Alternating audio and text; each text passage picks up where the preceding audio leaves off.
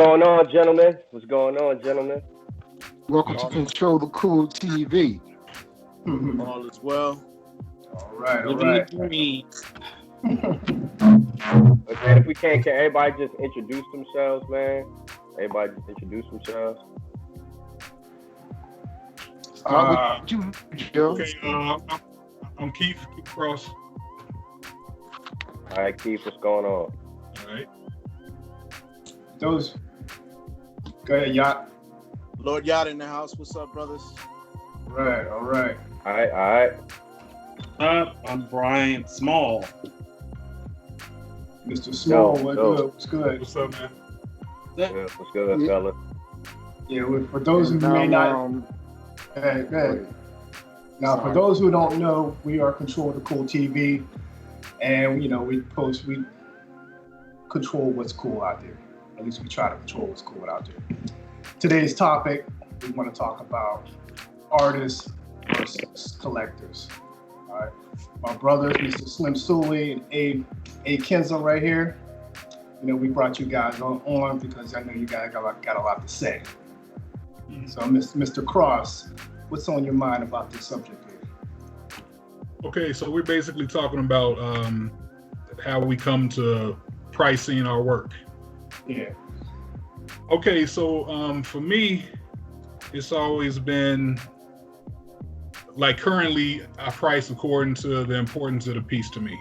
And if I did something, say a show came up and there's a specific theme, I'm less prone to really do a hefty price on that because usually I'm not really emotionally invested in those type of pieces that much. You know what I'm saying? I might see who I'm doing the show with and I might be like, all right, well, this will look ill because he's in this show. Or I'm showing with these particular set of people. So I'll create something according to that. So when I do stuff like that, the prices is usually like pretty low. And I'm just more happier to be a part of the show than necessarily trying to make some money. But when I first started painting, I used to have like rooms full of paintings and I would just have all my shit in my house, like all my shit. And then one day I invited my art teacher, my high school art teacher, to come to my house. And he looked around and he was like, damn. And he was like, bro, I got to tell you one piece of advice. And this shit stuck with me forever, or since then.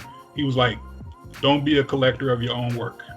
You know what I'm saying? So I look at it now like it's not really for me to keep. It's like once I create it, I need to get it out there. You know what I'm saying?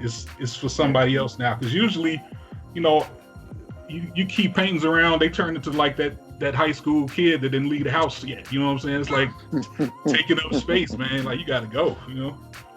So, and then, you know, when I started doing shows, it was like, y'all got to forgive my voice. I just had transplant surgery, so I'm a little medicated right now. So, but as far as when I started doing shows, you know, I used to be like, I don't want to sell this. It's got to be like $300, $400, $500, $600, you know, $1,000, just because I didn't want to look like the cheapest dude in the room when everybody else is like sky high. You know what I'm saying? Gotcha. But I had to get out of that way of thinking. You know what I'm saying? Because in the end, it just came down to, all right, what do I need to take care of? What bill do I need to pay? So I price according to that. And I think a lot of that comes from, you know, doing tattoos and just having another flow of income. You know, when you make money elsewhere, you know, your passion, you can kind of be a little bit more lenient with it and not so dependent on, you know, selling it. But, you know, some people make a living doing it, you know, so I don't know that side of the coin, but that's just, you know, my 2 cents. Mr. Brian, what you got? Somebody else want to say something? No, go ahead, Brian. Go ahead. For me, it's completely different. I have a formula. I try and price the same way so that I don't have to think about it. When someone asks me a price, I already know because of the size what that price is. That also keeps it keeps me from having to worry about what's happened with this gallery versus this gallery.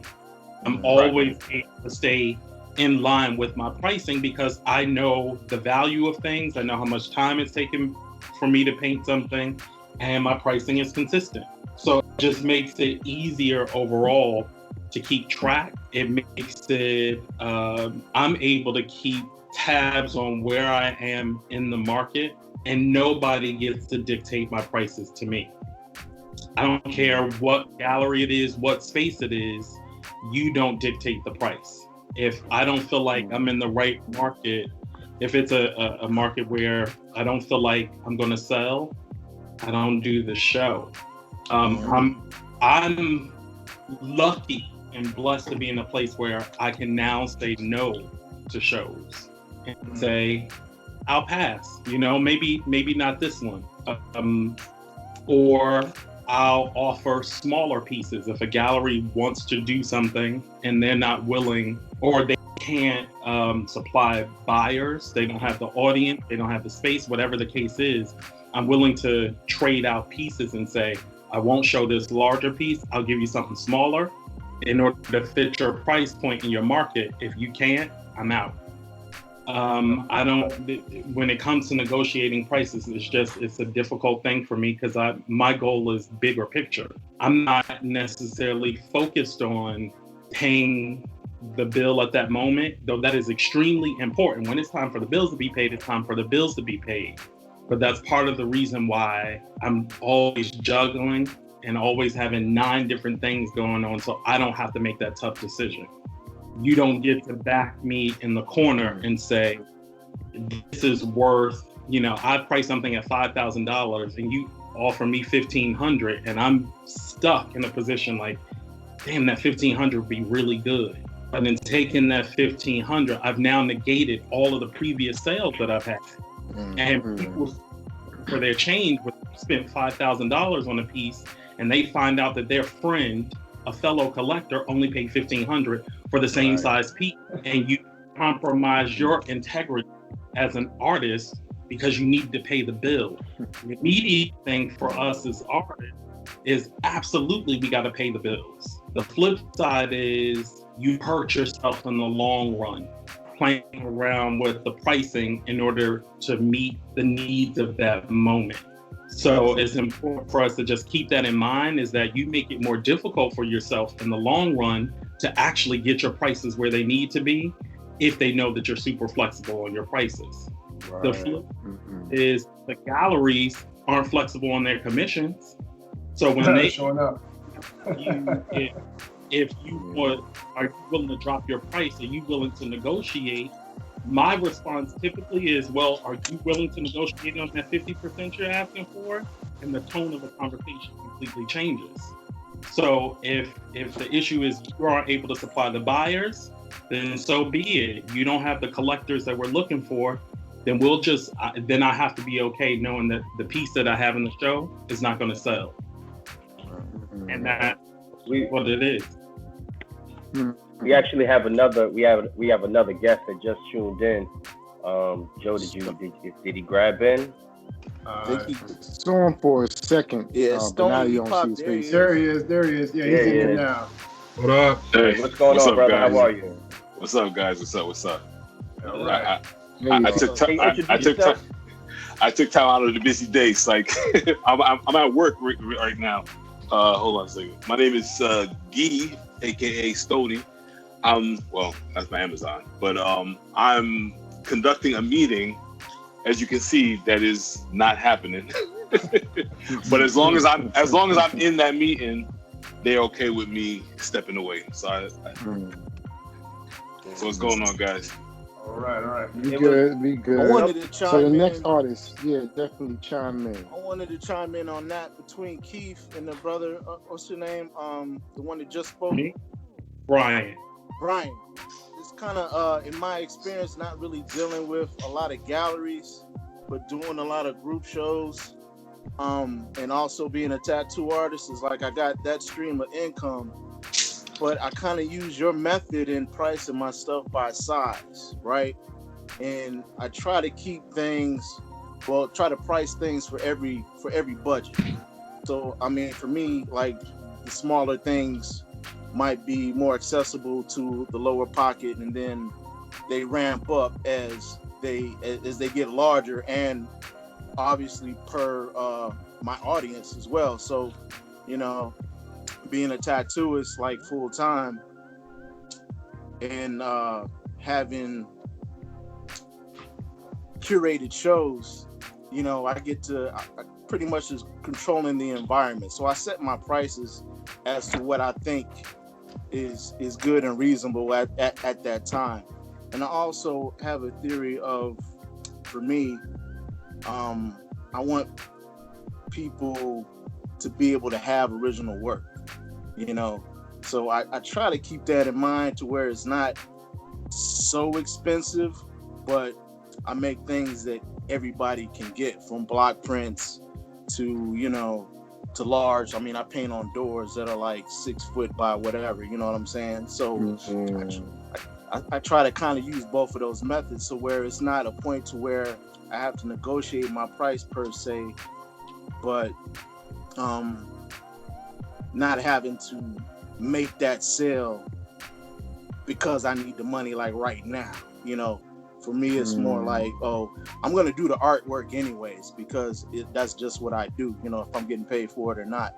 And being able to sell it is more like just icing on the cake. And the other part about what Keith said, don't be a collector of your own work. My part for that is, it's kind of like owning your masters. I mean, some stuff won't sell, right? But then I think about the stuff that I can leave my children when I'm gone, for them to do with what they want to do with it, you know, after the fact. You know, if they wanted to, you know, compile it and make a book or whatever, you know what I'm saying, or have a collection that they can put in a gallery or a museum or however.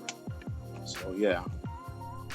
I think too, man, it's real important too.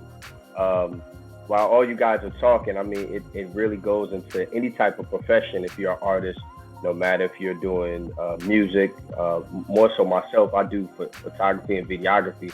So I know exactly what you mean when it comes to that pricing. I mean, you got a lot of people that want this, and they're like, yo, I'll pay that for that. But your work, your product, the time and sweat that you put in is something different, you know.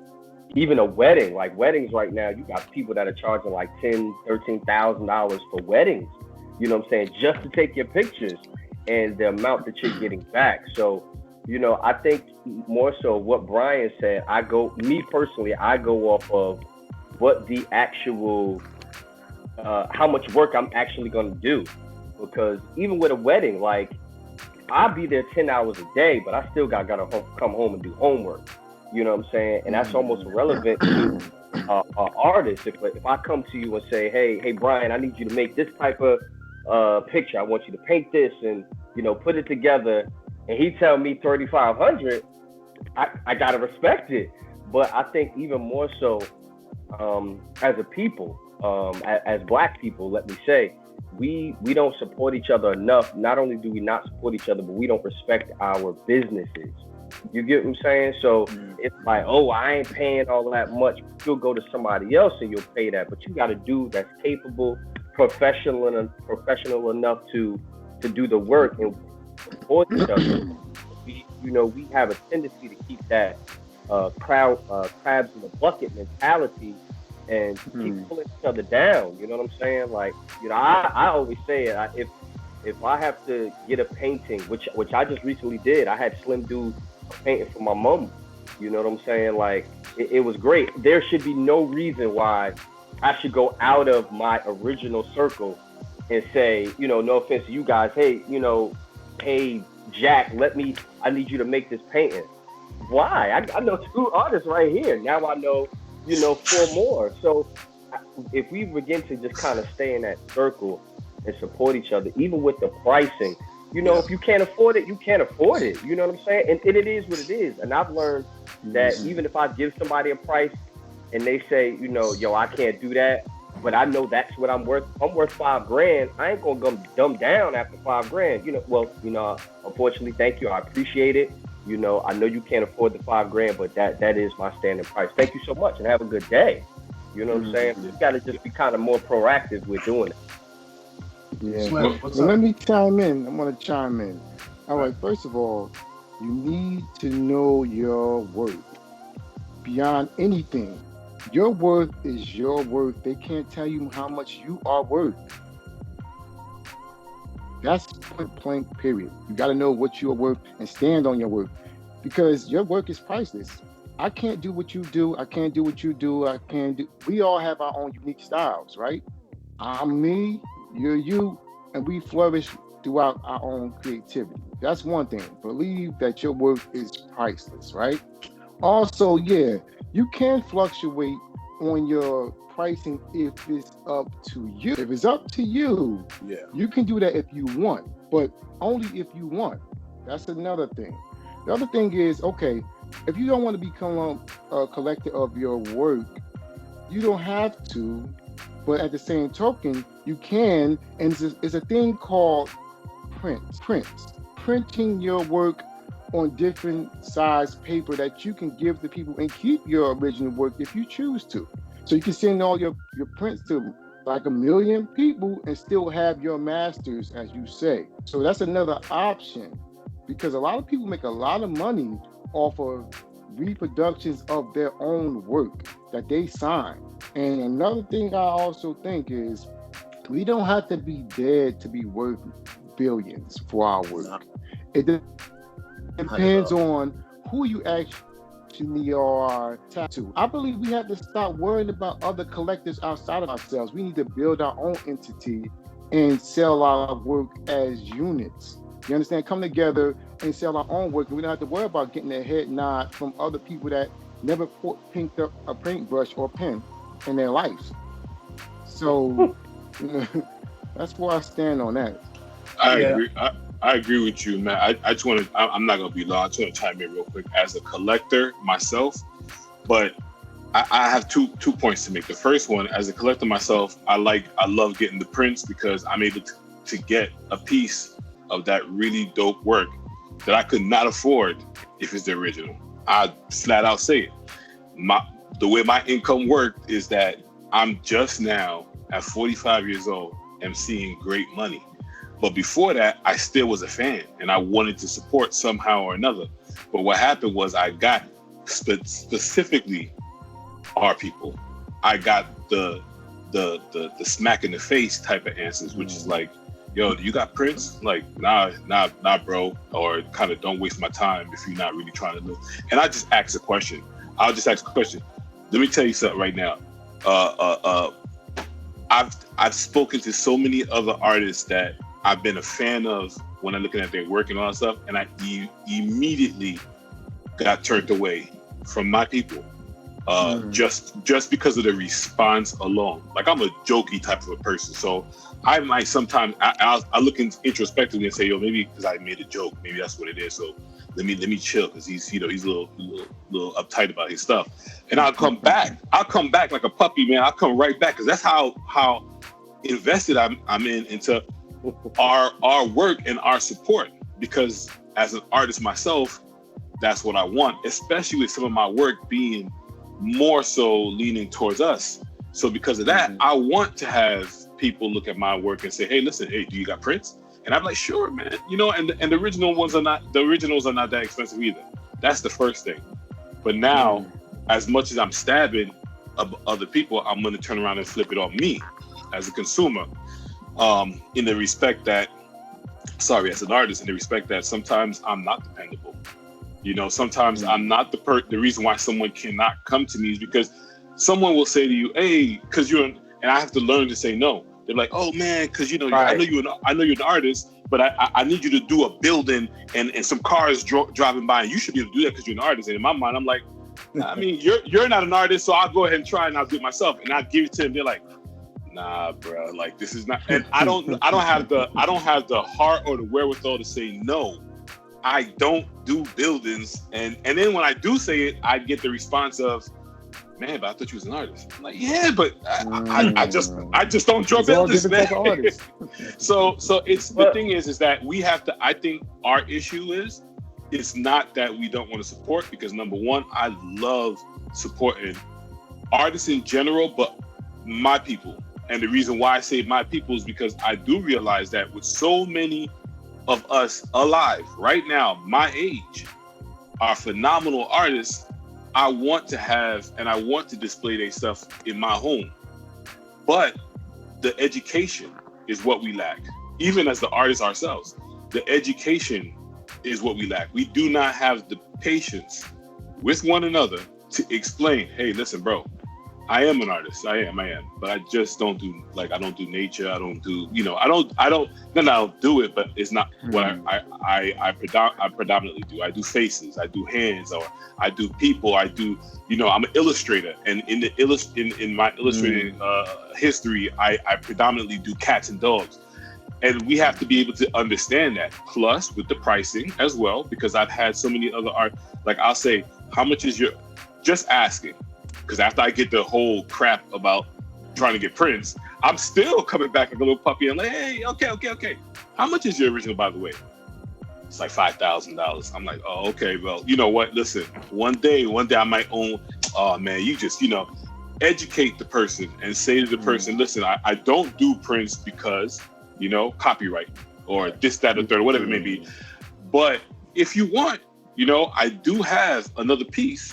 Break that piece out, that piece that you want to hold so tight to, and say, hey, I got this piece. It's not $5,000, it's actually $500. That person might be more inclined to say, you know what, I could work towards that. I could do that. We just don't educate. I've gotten, excuse my language, please, everybody. I'm a New Yorker. I'm trying not to. But I've gotten shitted on so many times. I got shitted on by other artists, fellow artists. People didn't even know I was an artist. And they're like, yo, man, like their response, and my immediate response is also the response that you guys, you're all familiar with the response that I'm like, yo, fuck that. You know what I'm saying? Like, that's how I want to be. But as I gotten older, my response has always been, all right, brother, you know what I'm saying? Peace, be easy. And I won't hear from that person ever again. You know what I'm saying? But it's just educating, being patient with each other, because I have bigged up both people of color and white folks on their art. I just did one just the other day. This guy named Beast Rex, I bigged him up because I like his style and everything. The responses are so far from me, they're so different that I kind of sometimes say to myself, you know what, just to make my month feel better, because I reached out to so many black artists and they gave me so much shit. I reached out to that one white dude and he's like, yo man, I appreciate the fact that you even spread the word about my stuff, and we got it. You know what I'm saying? It's how we, and I think it's how we as the artists respond to the public, and I think it's also how the public responds to us. And I think you got to get what you put out, type of thing. And if you do kind of get a jerk, move on from that and go to somebody else. But like I said, I'm a collector and I'm an artist. I think it's an in-house issue. But once we fix it, is an in-house issue, not meaning it's a problem. It's just an issue that we got to talk about. But once we fix it, we're gonna get more. I've seen more on Instagram that I've ever seen living by the Schomburg. I live right by the Schomburg. I went to go see Charles White. That's my favorite artist ever. I went to go see 2 of his pieces in the Schomburg. I've seen a whole bunch of African-American art and all that stuff. I've seen more in Instagram than I've ever seen in my whole life in the museums. So I think we got the work. We just need to now educate. That's all. Sorry it's so long. Don't worry about it. No, man. Get your words out, man. You got to make sure you're passionate about what you're doing, brother. Let it all out. Joe, go ahead and chime in. I'm saying, I'm pretty sure everybody here not only has their original, but they have also prints or things of that nature for people to buy if they can't buy their original. One of my biggest gripes is not just some people just will gripe on you because your price, but mainly collectors who feel that they don't know you, or you're not well known enough to price your stuff at that, at that. And it's kind of irritating. It's like, who are you to tell me how to price my work? Just because you don't know me, I mean, how do you feel about it? I mean, have you ever come across that somebody said, I don't know you, I'll pay this much, but you're not well known? My response to that is typically you will. If you don't now, you will. So you can take the opportunity to get it now, or you wait. The price will go up. It's not going to go down. You don't know me. And typically they're like, well, damn. Like, well, it is what it is. The negotiation doesn't start with you telling me you don't know who I am. That's not It's like conversation over at that point. Like that's negotiation. Like, give me a price. If you can talk me with the price, conversation's also over. But if you really want to talk pricing, let's do this. We're not in an alley switching hand deals. Like, let's negotiate if we're gonna have a discussion about pricing. But can't insult me and then ask for it. You're right. And he said a powerful word. A powerful word was, let's handle business. Right. So that's where it gets cross-tied. Like, bro, this business. This ain't nothing else. If that's what it costs, that's what it costs. And Joe, and it's funny, Joe said, you know, how I guess collectors would say, well, you know, you're not well known. It's the again. I'm only gonna relate it to me because I can't draw worth a lick.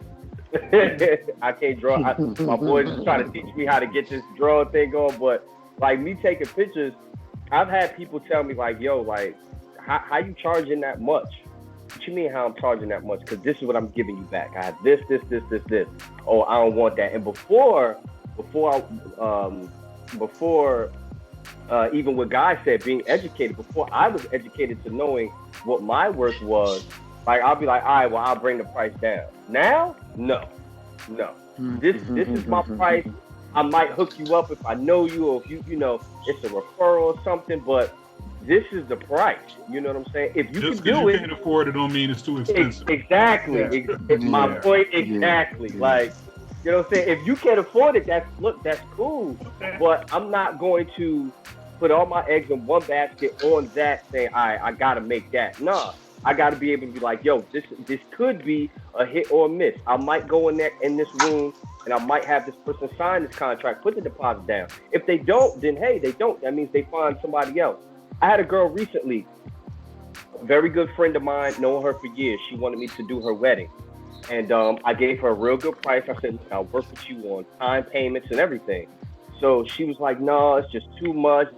Okay. So she left. She called me literally last week and said, Amir, can you please do my engagement photo? She said, my pictures were horrible. I have no pictures of being my parents. No pictures. So in the back of my mind, I'm like, I told you it. You know what I'm saying? So you know how you got like I told you, but it is what it is because you're right, and that's what it was. And now, like, I'm like, all right, well, yo, now, and I told her, I said, yo, I told you before I was gonna work with you. She was like, yeah, I know, I should have listened. But I'm like, all right, so you know what? Let's come together. And now let's create something even better. Let me help you relive your wedding moment all over again. And I think that's a great part to what you guys do, to what we all do as being artists, being creators, we can make something that's nothing, or we could turn somebody else's garbage into some paradise. You know what I'm saying? Like, that's a great response. That was a great response too. What you said to her, that was a great response. Because when Keith heard the guy said something about you know, who are you, whatever it is, he said that's the end of the conversation. yo, I'm so grateful that I ain't never had nobody come at me like that. Like, I can't even imagine. Like, that's so disrespectful, man. But at the same time, it's like, and I know a lot of people don't do tattoos on this thread, but just coming from the tattoo aspect, like, we deal with that shit all the time. Like, oh, I'm charging you $200. Oh, well, I got all this for $25 down the street. You know what I'm saying? It's like, all right, you know, what can we do? And but that draws a question. Then why are you here? Yeah, go back down the street. I did that to Maya. Not that disrespectfully, but I did that to Maya and DTM. So one time I said, yo, I'm heading to Atlanta. I think I might have did it to you too, Keith. Yo, I promise. I was listen, before I knew about all the tattoos and all stuff, I would listen. One person, I will admit when I messed up. So I know for sure I did to Maya because Maya's response was classic. And I'll just break it down what he said to me. I said to him, hey, you know what? Maybe I can give you $500 now. Hold that down. And when I come out there, you know, we can negotiate the price. He says, nah, man. He's like, this is my price. This is how much I charge, and I'm not doing no favors. I'm not doing no hookups, whatever. And at the time when he said that to me, I was so, listen, you don't understand how livid I was. I was pissed. So I went back to my wife. I said, this dude don't want my money. I'm talking about, I'm gonna give him a G, but I'm gonna give him $500 to hold it down. A few years later, Maya and I was talking, and the thing is, I thought he would never remember me, because I don't really put up a lot of stuff. So I didn't think he even remember the conversation, whatever. He said, nah, I remember you. He said, listen, when you have the money, just come through. He was zero apologetic about his response, but he did say, you have to know who you're a fan of. If you're a fan of that person, give them what they ask for. If they ask for it, give it to them, because you're not coming. They're not coming to you begging for the service. You coming to them, and I think that is 100% facts. Like when I go to, if I go to buy something, like the guy I was telling you about, the guy Beast Rec. I went to go get his stickers. I thought his stickers was pretty high priced in my mind, but I never typed him. I never typed him a message saying, yo, bro, what's up with the discount version? I never did. And I never done that before to anybody outside my people, because Maya made himself accessible to me. Keith made himself accessible to me. DTM made himself. Everybody who made themselves accessible to me, and we had something in common. We talked and we chat and everything. My first thing is, especially, there's two things. Not only am I a brother, but I'm a New Yorker. So my hustle just went straight to like, yo, so how much, since we talk and everything, we know each other, how much can you do the whole sleeve, the whole arm? And if they might even ask me, do you want to do the inside too? Yo, the whole thing, underarms, everything. How much can $1,000 get me? Because I don't even let him give me the price.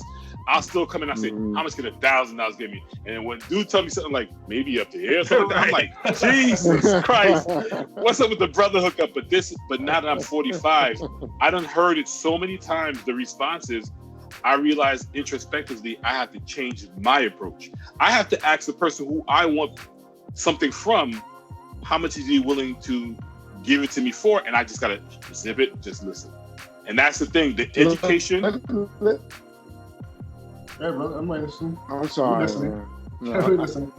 Listen. What I was trying to add on to that, to just ask y'all. I know every artist heard this before, right? You have somebody come up to you and they are like, "Yo, money doesn't matter. It don't matter how much it costs. I just want this payment, right?"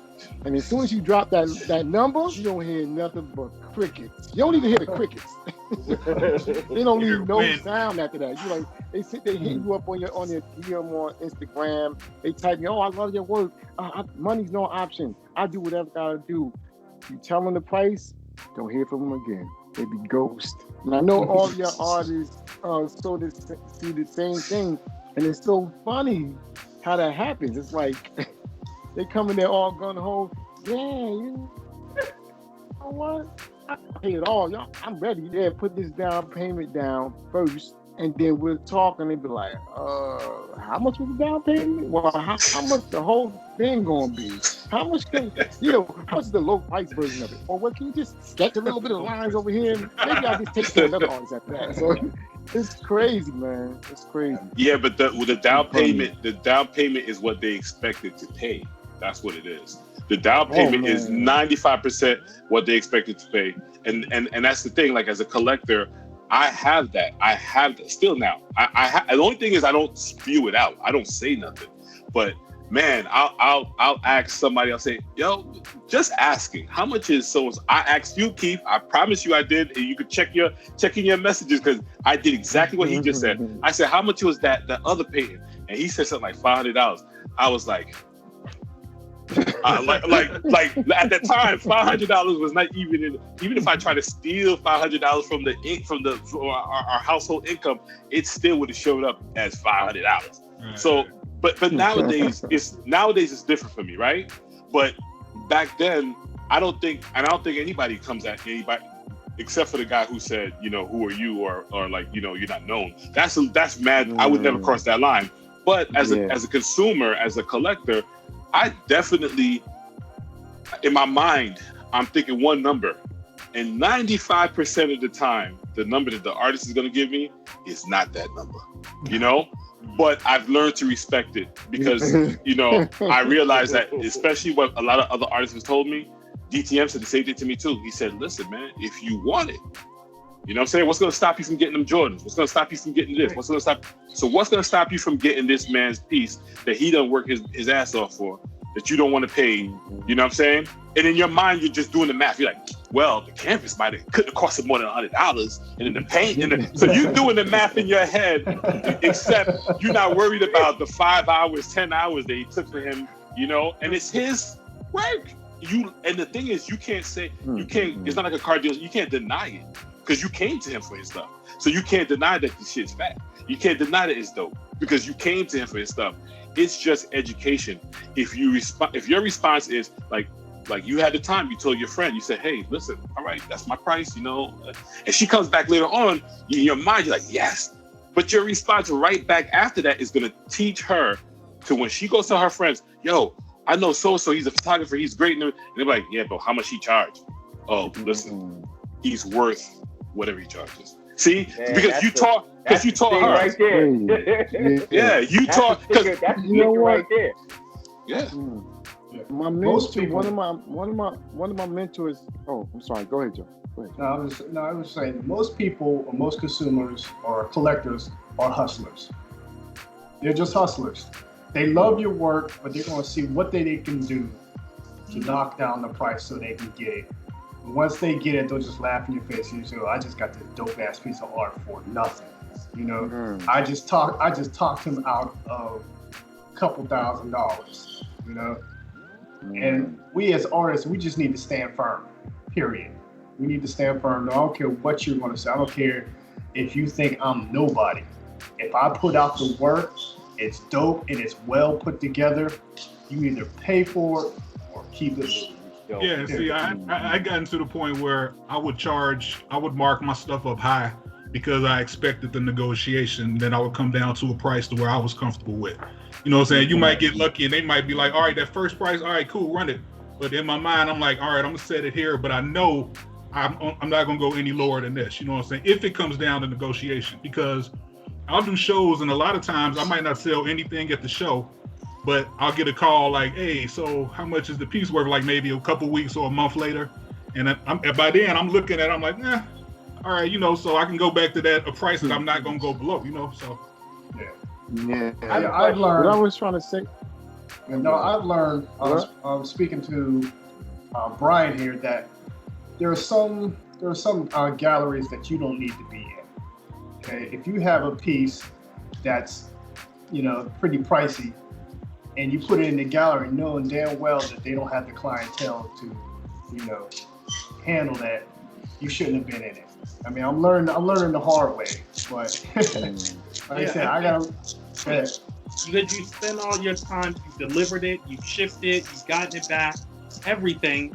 The gallery knows your pricing when they accept your art. When they say, I want you in my gallery, you know, let's talk pricing, you give them your pricing. At that very moment, if they don't bark about pricing, to me, that is an acceptance by the gallerists that we are going to attempt to find the audience or have the audience and we'll work with it. At no point after that we've done our consignment agreements, everything else, should they be coming back and saying, your price is too high. At that point, it's too late. We have an agreement. Now, at that point, if you're saying you don't have the audience, that's fair enough. Sometimes that happens. Maybe I am priced outside of your local market. If you're not willing to bring people in and find the collectors, that's okay. Just know at that point, I'm not negotiating on price. I'm not going to drop my price by 50% because you, a particular gallery, got an offer that's way below my asking price. It's not negotiable unless you are willing to eat the discount in your commissions.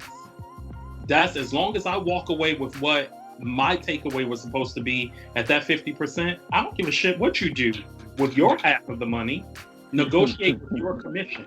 Don't negotiate with your take home. That's not how it works. If you feel comfortable dropping the price on your end, then it's a deal. It doesn't matter to me. Get it sold as long as I get my take home. Yeah. So that has to do with having it in writing. You know, some artists don't get the contracts written. They might do a verbal agreement, which is bad. Make sure you get it in writing so they can't go back on it later. That's one thing I would say about that. But there was something I was going to chime in on that was earlier. Was I spoke to a mentor of mine, and he said a guy came up to him and said, you know what, it was so like, man, how long did it take you to do that? And his response was, all my life. So the worth of what he learned as an artist all his life, you see him now. You don't see him when he started before, when he was a young boy, all the way up to now. He's giving you work. You're able to do what you're able to do now and master your craft. Right. And they don't understand that. So that's what you gotta looking for. My experience as an artist, not the paint, not the canvas, not the brush, not even the time that you took out of it. Because 3 hours for you, my 3 months to do. But you learned how to condense that style in a way to master it into 3 hours. So they have to realize that it's important. Yeah, I got a couple responses from my earlier post on Instagram. A couple people were saying you have to find your market. You have to find your market, stick with it, and create for that. My thing is, like, even in your market, you're always going to have somebody who's going to haggle you down. It's always going to happen. I mean, it's great to find your niche, but there's always going to be somebody that's going to haggle you down. And also, another person, I think is Anthony Boone. I'm pretty sure everybody knows Anthony Boone, right? No, he's man. You know I'm out of the loop with. I'm still learning the artistry thing. Not really. I'm not gonna lie to you. I can't remember. I think this is dope. Yeah, he also said, you know, you gotta take the emotion out of your work. Right. You know, when you're selling, you find your niche, and also take the emotion out of it, and find your market. You know, this guy right here, I have to agree with, because this guy has the market on the male consumer. You know, he creates for guys and they eat it up. You know, but it's kind of, like I said, it's kind of hard. Like, to me, I'm not as advanced as some folks. You know, I like to think that my art is pretty dope, but it is dope. It is dope. You know, ain't no thing, bro. Ain't no thing. And listen, for everybody that's on here, and I've never seen you other guys, well, I have from what I'm seeing in the background, and it looks super dope. I don't want nobody to say, I think that my art is dope. No, you are dope by right. If nobody else thinks you're great, you should think you're great. So, hey, Joe, like, why would you even say that? You know what I say all the time. Joe's just being modest. I get it all the time, yo. Like, all the time. I'm like, yo, y'all are super. I tell Slim all the time, like, when he's drawing and he's doing it, like he did the Biggie joint a few days ago or a day ago, whatever. So I'm looking at it, I'm like, bro, like, why? Like, I want back Slim. Like, why you so dope? Bro, like, that's crazy. and then I pull out my little piece of paper and pad. I'm like, you know what? I could do it too, and it looks garbage, but I ain't gonna never show it to you. Yeah, man. We always have to tell ourselves first that we're great at what we do. You know, like a few of you guys said that you guys are artists as well as tattoo artists. Now, my question was, is that the same? Like, is it kind of like the same pricing, or as what you're doing? I mean, it's on a person's skin, but you know, like, what's is there a difference? Got To me, the only difference is the tool, because basically you have, and we call the people that get tattoos collectors. They're collecting a piece of art that they can walk around with. And the price points may be different, but it's all the same. It all starts on a piece of paper and a sketch pad, and it works its way up from there. You know, trying to capture somebody's ideas. And that's the hard part. But and you get the same lame ass questions, and my wife always tells me, you kind of got to meet the people where they at. But I've been tattooing 26 years this year, and I've had to learn that, and you all said it, you have to teach your clientele. You have to educate them so they know what is good and bad, or they know how to seek out good work. You know what I'm saying? They came to you for a reason. Even those people that have been referred to you by 1,000 folks, when they get in your face, they still want to be like, I don't know. You know what I'm saying? And it's like, well, damn, are these your people, or are they just some sucker that sent you this way? Because if they're your people, they ain't gonna steer you wrong, is my mind. You know what I'm saying? So, but you got to educate them about the pricing process. Like he said to me today, man, I love your work, but you be charging.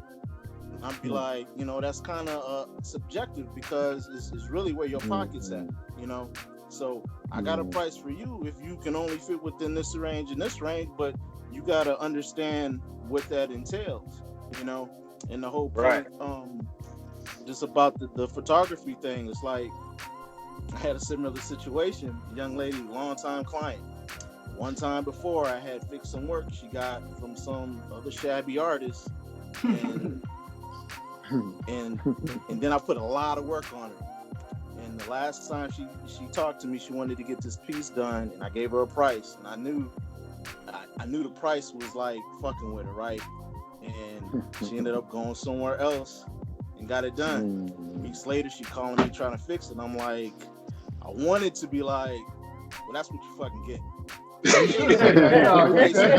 Because this will be the second time that you've done it. And you already know the difference between the work. But now she put herself in a situation where she's going to end up spending 3 times the money to get it fixed, when she could have paid one time and got it done right, because she was familiar with my work and she know I was going to look after her on the back end. And that's the other thing too. It's like, I had a painting that fell off the wall at the shop a few months ago. Dude paid for it all out, right? $1,200. I had to fix that shit. Damn. You know what I'm saying? And luckily, the way it fell, I was able to repair it, and it doesn't look like anything. This piece is right behind me right now.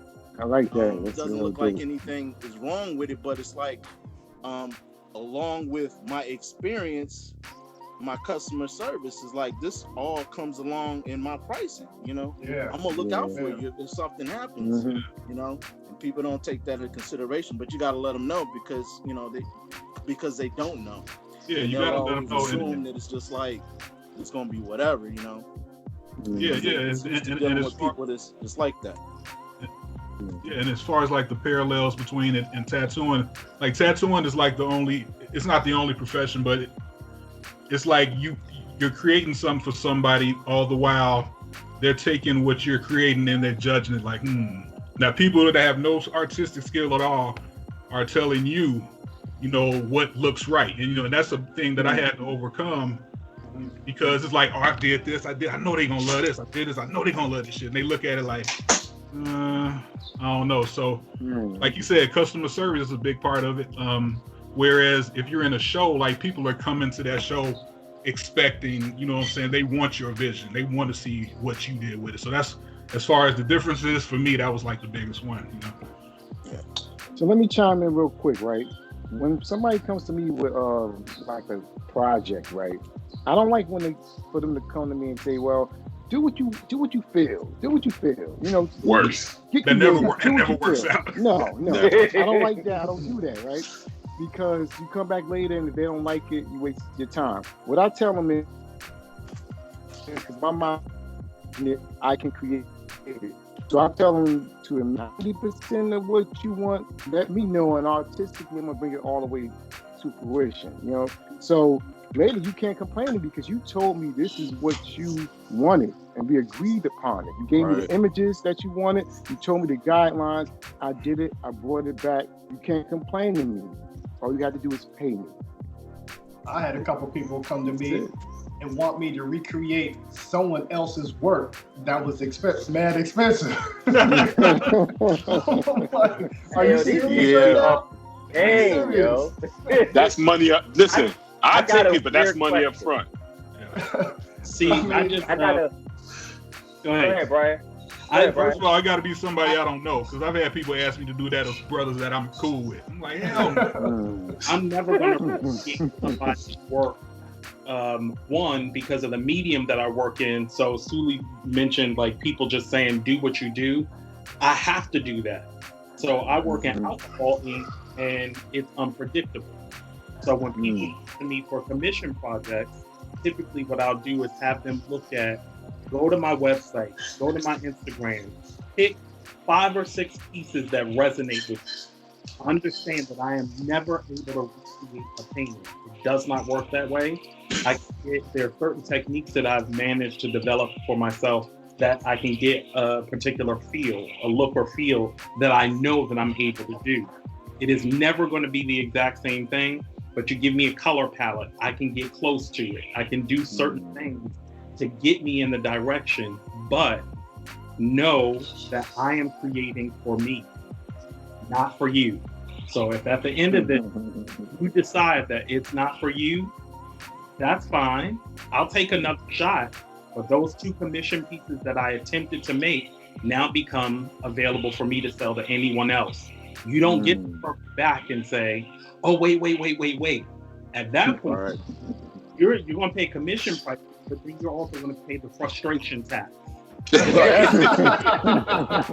whatever. So whether you know it or not. Right now. Right. That's when I'm creating for myself. So that's how I handle commissions and people saying, oh, can you just do whatever you want? Everything that I do what I want. I don't create just out of the necessity to please people. I do what I want. So if that's what you're looking for, look at the 300 paintings that are online. Look at my Instagram. That's what I want to do. That's why I'm very hesitant. I'm very hesitant to do commission work for people because I like to create things that I like to create. You know, oh, can you do my family? Can you do, the moon and the stars? And I'm like, I used to do it, but nah. It makes me feel like I'm not. It's like you see my work, artist. Yeah. To your grandma. That's what I'm saying. That's what I'm saying. Listen, Keith. You have, as a matter of fact, everybody who's in here has their own particular style, right? Yeah. If I go to your page and I say, "Yo, Keith, do me a Mickey Mouse joint," I'd be a fool to think that the Mickey Mouse joint that you're gonna give me is gonna look just like what I see on TV at all. If you do it, But the thing is, I feel so bad that I don't do commission. It's been 4 years. The last person that I was supposed to do a commission for. Listen, you guys are my brothers in here. You can chastise me if you want, and I'm going to accept it. Okay? So I'm going to tell you what happened. Joe already knows the story. I'm going to fill y'all in. Cool Kim. So Cool Kim, dope artist from UMC's. He commissioned me to do something. We did an even exchange. His wife did some something for my. At the time, I was dirt poor. Didn't have no bread. You know what I'm saying? So my wife, his birthday was coming around the corner. His wife, she has a unique shop. So she put something together, gave it to me, and then I, in turn, was to do a painting for him, right? Mm-hmm. 2 things went wrong there. First one is, I don't paint. You know what I'm saying? I did put that on the table. I told him I didn't paint, but he said, no, I trust you. You're going to be, okay, cool. That's fine. The next thing was, he left it up to me to do whatever. So when I spent the first 3 hours doing something that I was working on, and he looked at it from the video that I sent him, he was like, but I'm kind of not feeling that. That was the only, but listen, that was the only thing that was the only thing that was his fault. That was the only thing that was his fault. It was my fault in 2 ways. Number one, I didn't have to take it, and I was desperate, so I took it out of desperation. And number 2, I made that brother wait, and I did the jump off anyway. I finished it the way I started, and then I never said to do it. Yeah. So 4 years later, I reached out to him to tell him, and I apologized to him. I told him some of the things that went wrong, whatever it is. he didn't respond back to me. But I expected that. You know, I expected it. So right now, my challenge of this year, especially since we're in the quarantine, is to actually finish it for him. But that's why that was a long story to tell you guys that I want to embarrass myself. I should to say that I don't do commissions anymore because I realized something. My style is my style. I'm 45 years old. I'm an old dog. I'm not gonna learn new tricks. What other people want, you know, I can't. I not that I have 300 pieces. You know what I'm saying? Like my man do. I don't. So no one's gonna really know my style, but I gotta put out my work so people will see my work and see what my style is and move on from there. If not, I do tech support right now. That's what I'm doing right now. That's gonna be my job. I can't because I at this point right now I have to. That was even telling the story, my heart just dropped. But what even made it worse is that I'm like the biggest fan of this dude. Man, I tell you, when I told Joe the story, I was telling Joe the story for Joe to give me an answer. What should I do? But Joe, but listen, I tell you something right now. The biggest mistake is that commission, because when it comes to commission, I've done commissions before. I've been super successful because these people were 1,000% fans of mine, and I was not desperate. I didn't need them. If they wanted the commission to be done, I did it. But when it comes to somebody telling me, "Hey, I want you to do a portrait of my family," I don't do that. I want you to do a picture of my dog. I don't do that. And I think that's, again, when I was talking before about we have to train each other, and yeah, it is the word training. It's true. You have to train your customers. Your customers will come to you with some side eye. Maya trained me. I know it's a hard word to use, but it's facts. This man, when I came, every time I come to him with a question about my tattoo, I done gave this man like 3 deposits already, right? And he kept the deposits, you know, as he states, you know, I don't care. Deposit. You holding my. And I came back with different stories. And the reason why I came back with different stories is because literally I couldn't afford it. I wanted it that bad, but I couldn't afford it. But he trained me. He's like, yo, keep giving me the deposit. I got to pay my phone bill anyway. He gave me the deposit. I got to so now this year he didn't get a deposit from me because I know I'm not ready. You got to train your customer. You got to train those people to know you. They got to know. If I go to Lord Yada, and somebody recommended me to him and everything, first of all, I always blame the person who recommended him, because that person should be like, yo, my dude, this man is no joke, but don't go there with $5 expecting to get nothing done. He gonna, you know what I'm saying? He ain't gonna look at you. You got to go there with the mindset that, all right, here's what I did. I got my taxes back. My taxes, not half my taxes. My taxes is going into the bank, and I'll pray to God that'll cover that tattoo that Lord Yah gonna do for me. Because if not, I'm just gonna have to go back and put more saving. You see what I'm saying? Because to train one another, and to train the person who you like. Somebody say, "Oh, my cousin will love your work." Does your cousin know what a tattoo costs? Does your cousin know what he wants? Does your cousin know? Because before that person, it's a blessing when that person tells you, I'm going to recommend so-and-so to you, because now you could chime in and say, oh, hold on. I respect it and all that stuff. But I just want you to know, let them know, whatever I charged you, that was a buddy discount. You know what I'm saying? So, you know, don't come here expecting cheaper. Yeah. Can I chime in with you on that? I'm going to chime in on that, right? You do have to respect the artist. If you do a discount, it's on you to do it, right? But at the same time, I do commissions, right? Because when I post stuff on Instagram, they see, if you as an artist post something and people see that you can do that, whether you did it once or 100 times, you got to be able to show up for that if they come to you on that. You put it out there on the internet, people seeing this, what you can't back away on a portrait. If I do one portrait and I had everything else was abstract, but they saw that portrait, some people won't want that. So they're going to come to you for that. So you're going to either say, I'm not doing it, but you making yourself look a little shady if you say, no, I'm not doing that, but I just posted this up yesterday to see how he got a portrait. You know, it's kind of giving mixed signals. You put your work out there to get exposure, be ready to receive the blessings that's coming through. Yeah. Lately, I've been doing more portraits. And I did one of the best portraits I did was the last 2 pieces I did. I felt like was some of my best work. Not the biggie thing, but I'm talking about for commissions, right? And it wasn't a big piece, Joe. It was actually like a 12 by a kid's room piece, right? 9 by 12. But people gotta realize because a smaller piece takes work too. You gotta get small details of the portrait had 6 faces on it. And that's the small, and they wanted an 8 by 10 because they thought it was gonna be it was gonna cost a lot less because it's small.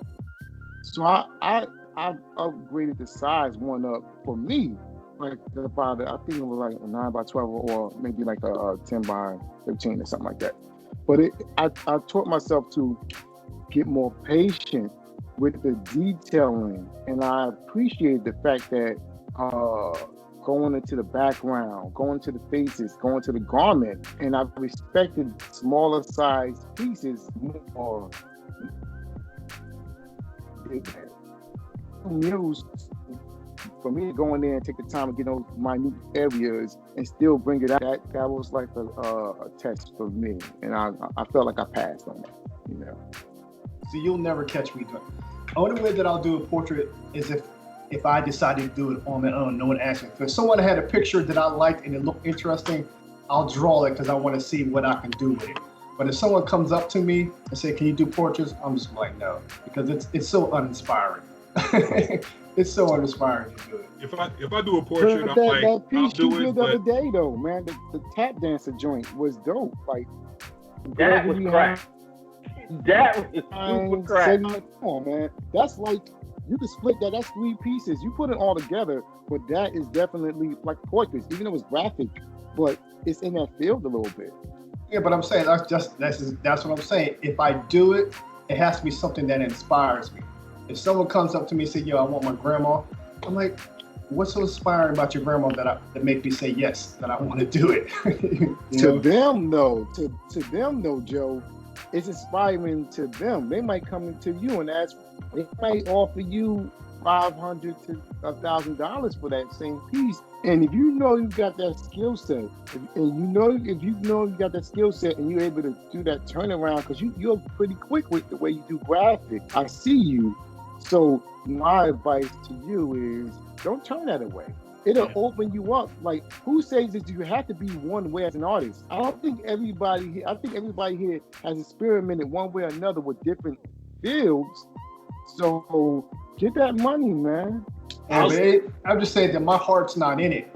I'm saying if I do it, I know for a fact that my heart will be in it, and I won't give them my best. You know, but because what happens? People have asked me to do like realism. I don't enjoy it at all. I'm an abstract painter. But when you come to me and say, "Oh, I want you to do so and so of my aunt, my aunt's puppy," I'm like, first thing, not what I do. I can respect that you like the way that I play around with color or whatever else. That's not what I do. But and then I won't do it. But when it comes to commissions, initially I would say, like, no, I don't really love doing commissions. It's not my thing. And a gallery owner came to me and asked if I could translate one of my old paintings from an 11 by 14 to a 40 by 60. And with alcohol ink, I've never been able to recreate a painting. But she was like, well, try it. Just take a shot at it. I'm like, for myself, I thought, well, that's a challenge. Let me try it. I was able to get close enough that led to me, and just by working on it, I didn't know that she was trying to see if I could like recreate a painting, but it was also her testing to see how quickly I could do it, if I would be open to doing it based around suggestions. And that led to me being part of this big real estate development that they were working on, this hotel building, which led to 12 pieces, 12 large-scale that they bought on commission based around me just taking a shot at doing this commission. And then she started looking at my other pieces and saying, well, could you do this one similar like this in this color scheme? This blue. And it was literally just because give me that money, man. At doing a commission. So I would say it depends on who's asking to do the commission. If it's just, so-and-so's cousin just asked for a commission, like, nope, heart's not in it. If it's a gallery owner, a curator, take the shot because you just don't know. True. You're on mute. Can't hear you. Unmute yourself. Unmute yourself. I'm sorry. Please. So my question is, we have a lot of viewers that are that look at us, and I know they're gonna ask, what is commission? What do you guys consider commission? Someone looking out for a custom project, a custom painting, a custom piece that is not currently part of your portfolio or what you already have to offer. It's something, and it's something that you can't sell after that. That's theirs. Yeah, it's created specifically for them, based around their preferences, I guess you should say. Yeah. I don't want to ask Joe and Slim to make nothing, boy. Like, tell me something. That's right, we on it now. Yeah, run them pockets. I don't want to Run ask them pockets. Give me that money, man. You know what I'm saying? Hey, yo, can somebody draw me something? Like, can somebody make something for me? You know we got payment plans. Look, listen, it's okay to kind of like tell people you got payment plans, Of course. Put the money down, put that money down. Okay, as we gradually go through the piece, put more money down. We can give you updates. All right, by the end of the had that last payment. Or else you might pay 75% of that. 2 payment person. The down payment and then the final payment. And finish. That's it.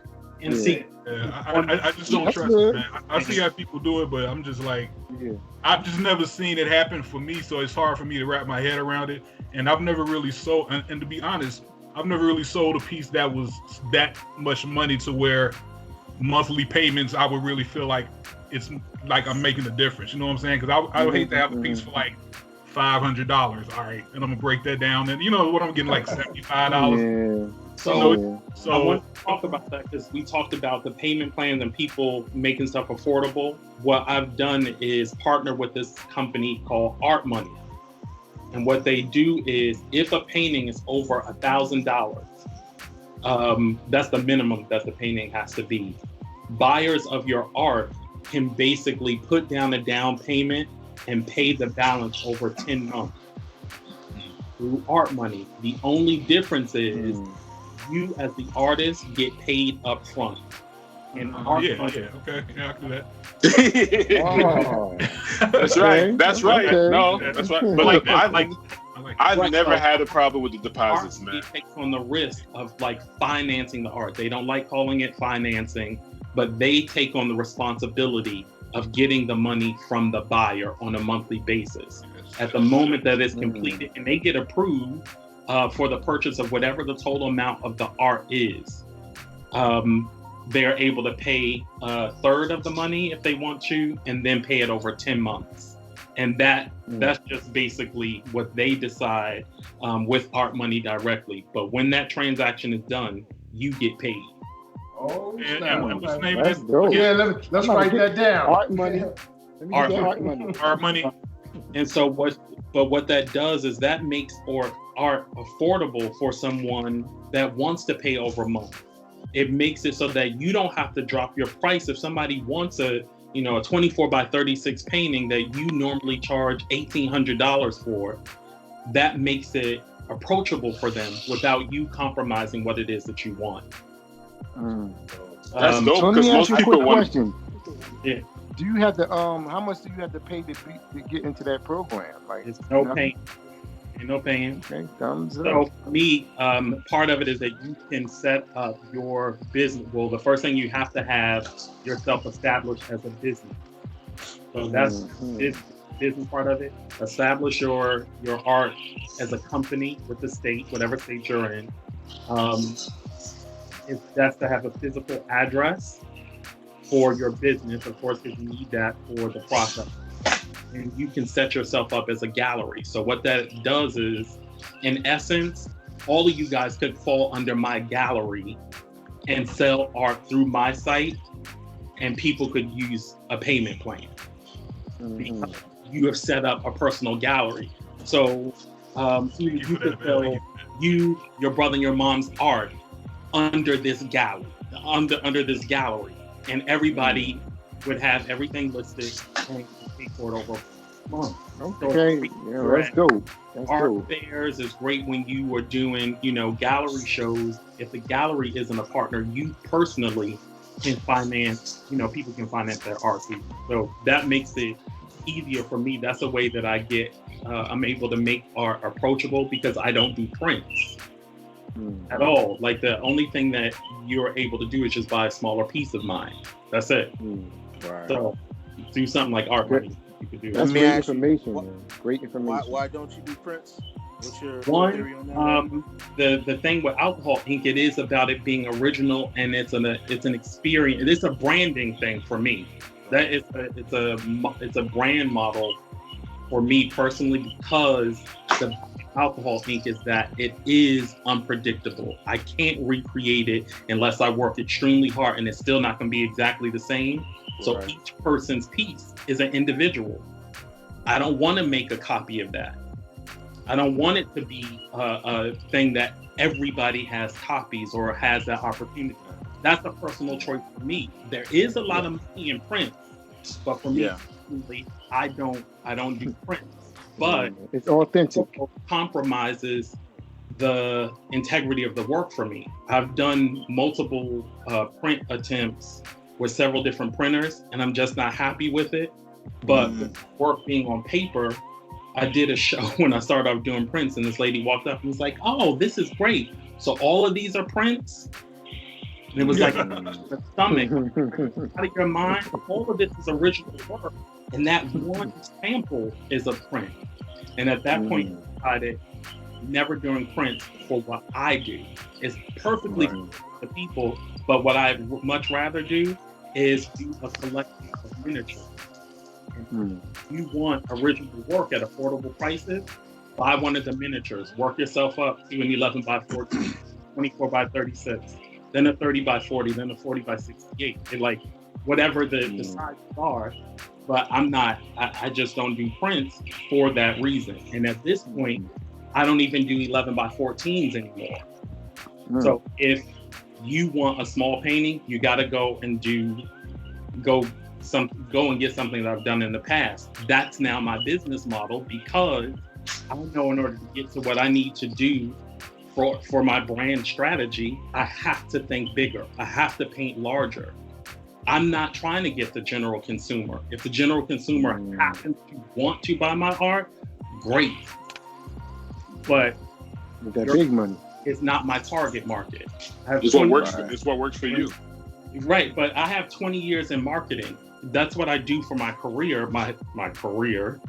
And so I understand what my brand is and what it's not.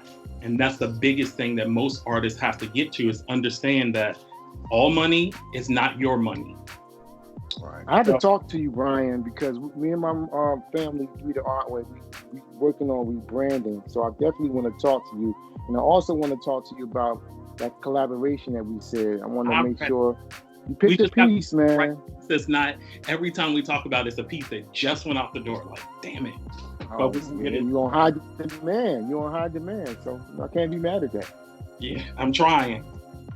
Yeah. Fellas, we're gonna wrap this up. Keith, Mr. Yada, Guy, Small, thank you for joining us here. It's been a pleasure. You guys' input was well appreciated, man. You guys have a good night. Appreciate you. As always, we make the rules, so we control the cool. We control the cool. Yeah. Fellas. Peace, y'all.